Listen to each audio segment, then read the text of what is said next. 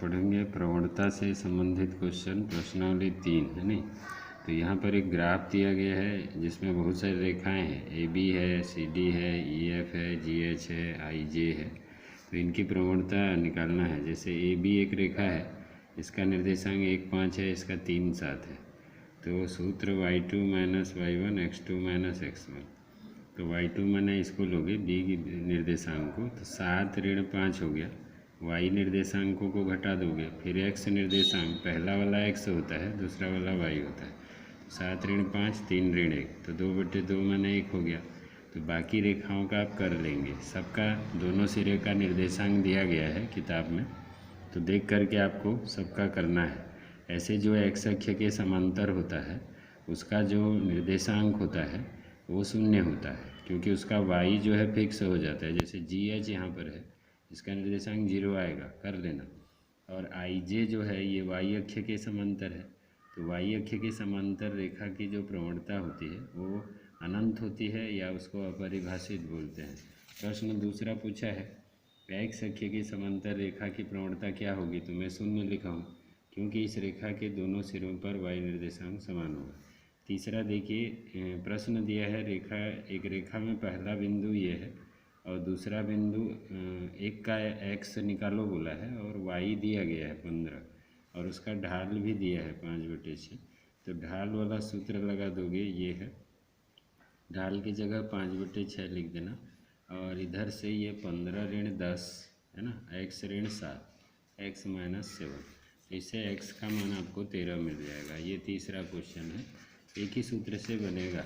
इसके बाद देखिए तीसरा का दूसरा भी वैसे ही है, पहला बिंदु ये है और ढाल ये है, दूसरा बिंदु का y दिया है और x पूछा है, तो ढाल वाला सूत्र ये सेकेंड वाला क्वेश्चन भी वही है, तो उत्तर ये आएगा, आप देख लेना है नहीं। दोनों क्वेश्चन वैसे ही बनेंगे।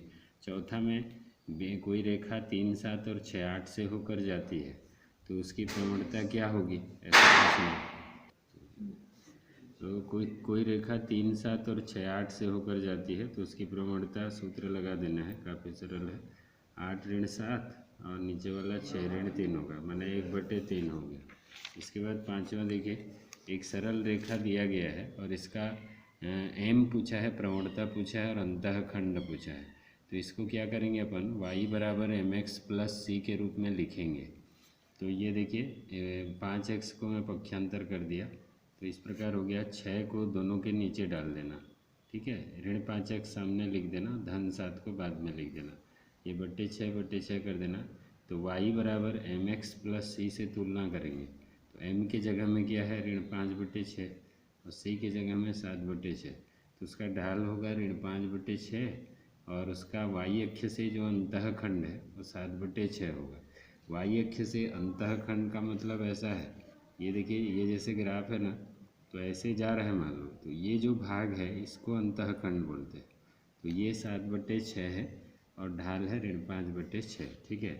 अब एक प्रश्न और है, y अक्ष से काटा अंतःखंड, माने ये c का मान दिया है, प्रवणता भी दिया है, तो सरल रेखा की प्रवणता और अंतःखंड के रूप में समीकरण ये होता है। ये दो चीज़ें दिया गया है।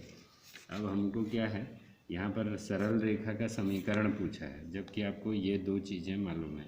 तो ये सूत्र लगा देंगे, 5/4 यहाँ लिख दिया, 3 यहाँ लिख दिया, तो इसको लघुत्तम लेके जोड़ दिया। ये 3/1 है तो 4 का गुणा हो जाएगा 12, इसके बाद तिर्यक गुणा ये हो गया और फिर एक साइड कर दोगे यहाँ 0 और 4y को मैं उधर ले गया माइनस करके, तो उस सरल रेखा का समीकरण ये होगा। तो आज के लिए बस यहीं पर छोड़ते हैं।